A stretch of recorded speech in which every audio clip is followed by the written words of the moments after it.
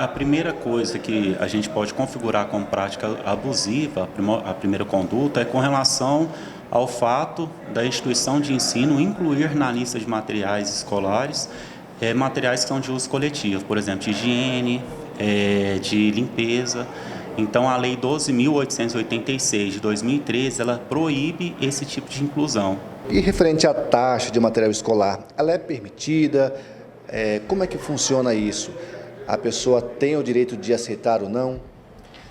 A taxa de material escolar, ela pode existir, né, mas incumbe ao consumidor ter acesso à lista discriminada de quais materiais estão inclusos nessa lista, e também o consumidor ele tem que ter a opção de querer ou não comprar o pacote de materiais.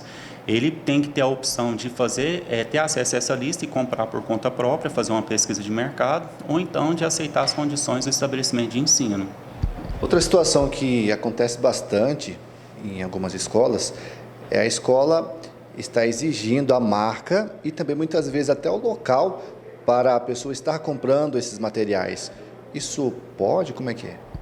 Isso não pode. Isso aí pode configurar uma prática abusiva prevista no artigo 39 do Código de Defesa do Consumidor e é passível de uma fiscalização repressiva pelo órgão, tá? Então, assim, o fornecedor, no caso a instituição de ensino, ela não pode condicionar uma marca ou condicionar que o consumidor só adquira num determinado estabelecimento comercial.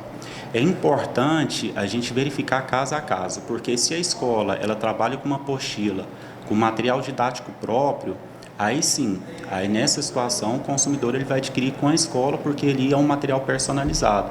Da mesma forma o uniforme, por exemplo, se o uniforme é da própria escola, eles que é personalizado, então nessa situação é lógico que a gente tem que verificar caso a caso.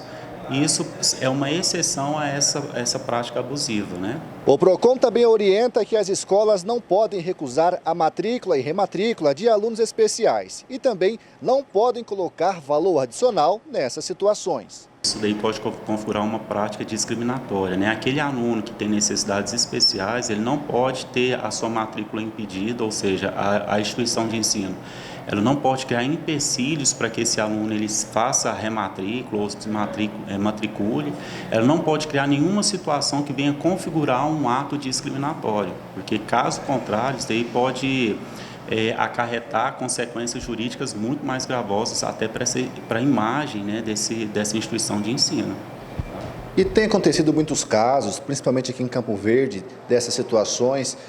Como que o PROCON trabalha quando chegam essas ocorrências?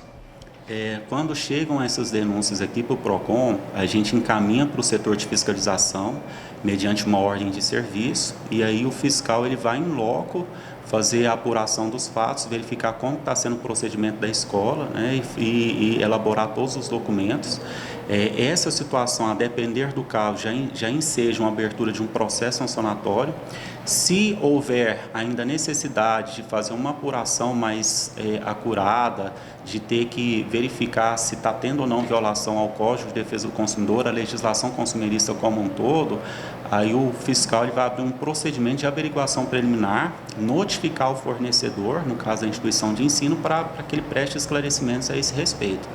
O consumidor ele não pode ser discriminado por causa de situações de necessidades especiais.